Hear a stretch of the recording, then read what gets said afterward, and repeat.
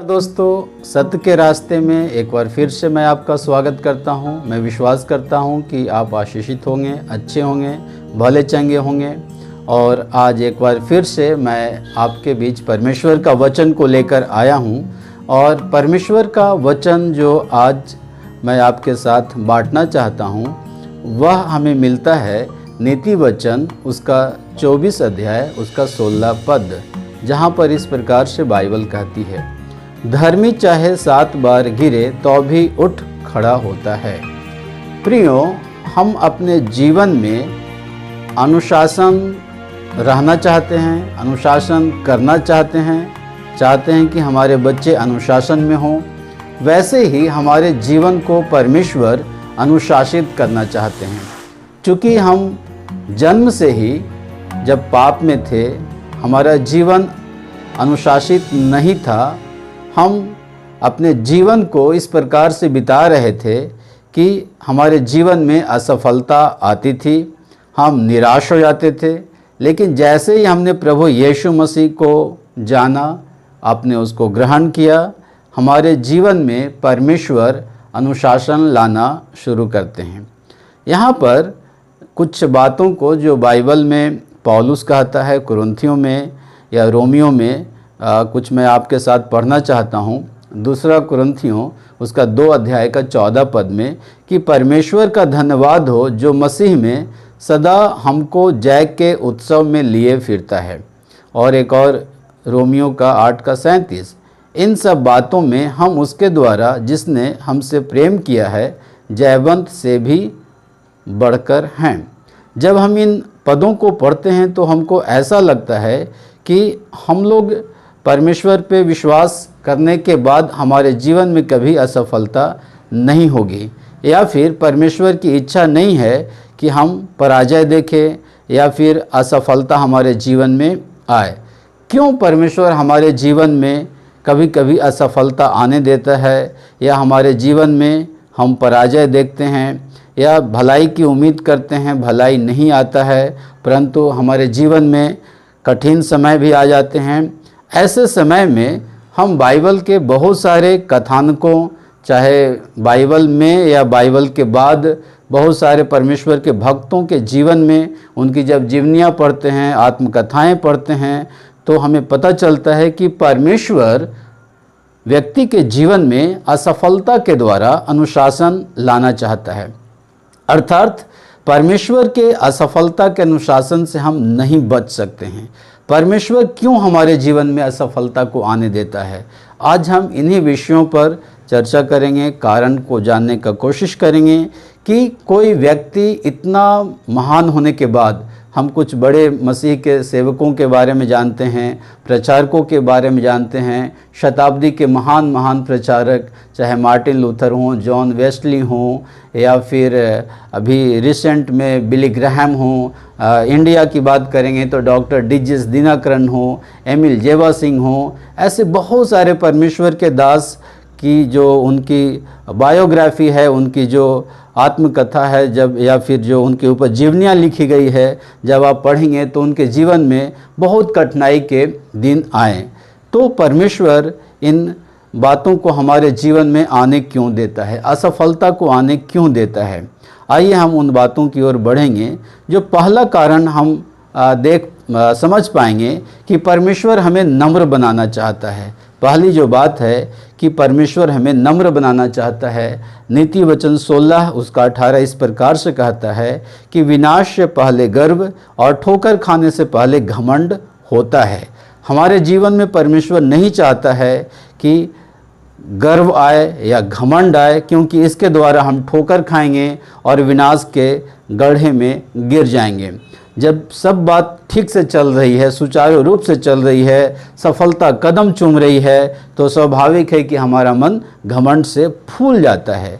परमेश्वर का अनुग्रह मनुष्य के घमंड का विरोधी है। जब हम घमंडी हो जाते हैं, हम परमेश्वर के अनुग्रह को ना पहचान पाते हैं, ना उसको हम उसके जैसा धन्यवाद दे पाते हैं। पहला पत्रस 5:5 में तो हमको असफलता ही एक ऐसा उपाय है कि हम झुककर नम्रतापूर्वक चलें और उन्हें हमारे जीवन में आने की अनुमति दें, इसमें हम झिझके नहीं।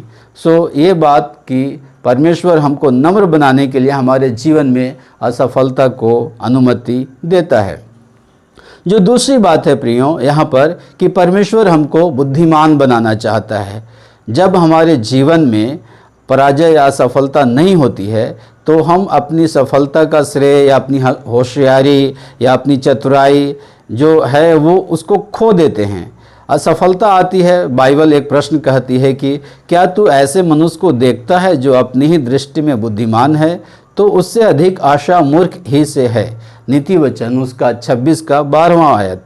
पराजय और असफलताएं हमें हम अपने मार्गों को पुनरावलोकन करने को प्रेरित करती है। जब हम कोई परीक्षा या प्रतियोगिता परीक्षा में असफल होते हैं, फेल होते हैं, तो फिर से पुनरावलोकन करते हैं, इवैल्यूएट करते हैं अपने आप को, कौन सा विषय में, कौन सा किस प्रकार की टॉपिक में हमें दिक्कत होती है, और उसको फिर से हम तैयारी करके, अच्छी तैयारी करके हम उसमें सफलता को प्राप्त करते हैं। और जो प्रतियोगिता परीक्षा की तैयारी करते हैं जो बच्चे आजकल, तो उसमें यदि सफल होना चाहते हैं तो बार बार यदि असफलता आ रही है तो हमें उनके कारणों को जांचना है कि आपके जीवन में या आपके पढ़ाई में, आपके अध्ययन में ऐसी कौन सी बातें हैं जो आपको कठिन लग रही है, फिर उसका अवलोकन करके आप सफलता को प्राप्त कर पाते हैं। जो तीसरी बात है जिसके द्वारा हमारे जीवन में अनुशासन आता है, परमेश्वर लाता है, वह है हमको दयालु बनाने के लिए। परमेश्वर चाहता है कि हम दयालु बने। ऐसे लोगों से सख्त व्यवहार करता है परमेश्वर जो दूसरों से सख्त व्यवहार करते हैं पर अपने प्रति कोमल होते हैं। गलातियों उसका 6 का 1। एक तरह से पतरस की पराजय ही उसे अपने भाई को सेवकाई के लिए योग्य बना सकती है। जब हम परमेश्वर की दयालुता को चख लेते हैं तब हमको ज्ञान होता है कि हमको अपने सहकर्मियों के साथ कैसा व्यवहार करना चाहिए। परमेश्वर दयालु है, हमको अपने भाई के प्रति दयालु होना है। पतरस भी शुरू में वैसा नहीं था, लेकिन जब उसने अपनी पराजय को समझा तब वह उस योग्य बन सका। हमें दयालु बनने की आवश्यकता है और इसके लिए परमेश्वर असफलता लाते हैं।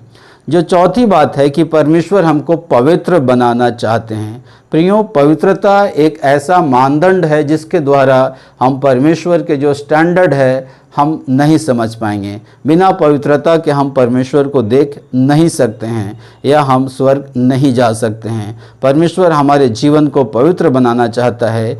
एक धर्मी पुरुष गिर जाता है, जैसा कि हमने वचन में पढ़ा कि धर्मी चाहे 7 बार खड़ा हो तो भी उठ खड़ा होता है। जब एक धर्मी पुरुष गिर जाता है तो हम विश्लेषण करते हैं, उसके कारणों को दूर करने की कोशिश करते हैं। बार बार यदि हमको हमारे जीवन में हम असफलता आ रही है या हम गिर रहे हैं तो हमें देखना है कि क्या हमारे जीवन में पवित्रता को ख़त्म करने वाली या पवित्रता ख़त्म तो नहीं हो रही है, पवित्रता हमारा प्रभावित तो नहीं हो रही है, हम पाप की ओर तो नहीं बने हुए हैं। इस प्रकार से हम व्यवहारिक जीवन में और अधिक धर्मी बन जाते हैं। आप इसके लिए 2 कुरिन्थियों 7 का 10 और 11 पद को पढ़ सकते हैं। तो असफलता से हमको एक सबक मिलती है, हमारी सहायता करती है कि हम कैसे शैतान का जो प्रहार है, उसका जो आक्रमण है, उससे हम बच सकते हैं। अर्थात हम हम पवित्र बनना है। पवित्र बनने के द्वारा हम शैतान के आक्रमण से भी हम बच सकते हैं और परमेश्वर में आशीष पा सकते हैं। जो 5वीं बात है प्रियो, वह है कि हमें दूसरों पर निर्भर बनाने के लिए, आज आत्मनिर्भर या सब लोग यही सीखते हैं कि हमको दूसरों के ऊपर निर्भर नहीं होना है, लेकिन मसीह की व्यवस्था ऐसी नहीं है। मसीह की व्यवस्था ऐसी है जैसा कि पौलुस गलातियों 6 का 2 में कहता है कि हमको एक दूसरे का बोझ को उठाना है और इस प्रकार से परमेश्वर की जो व्यवस्था है उसको पूरा करना है। हम मसीह में भाई भाई हैं, हमको मसीह में हम एक दूसरे का अंग हैं। अर्थात हमें यह समझना है कि हमें दूसरों की मदद की भी आवश्यकता है।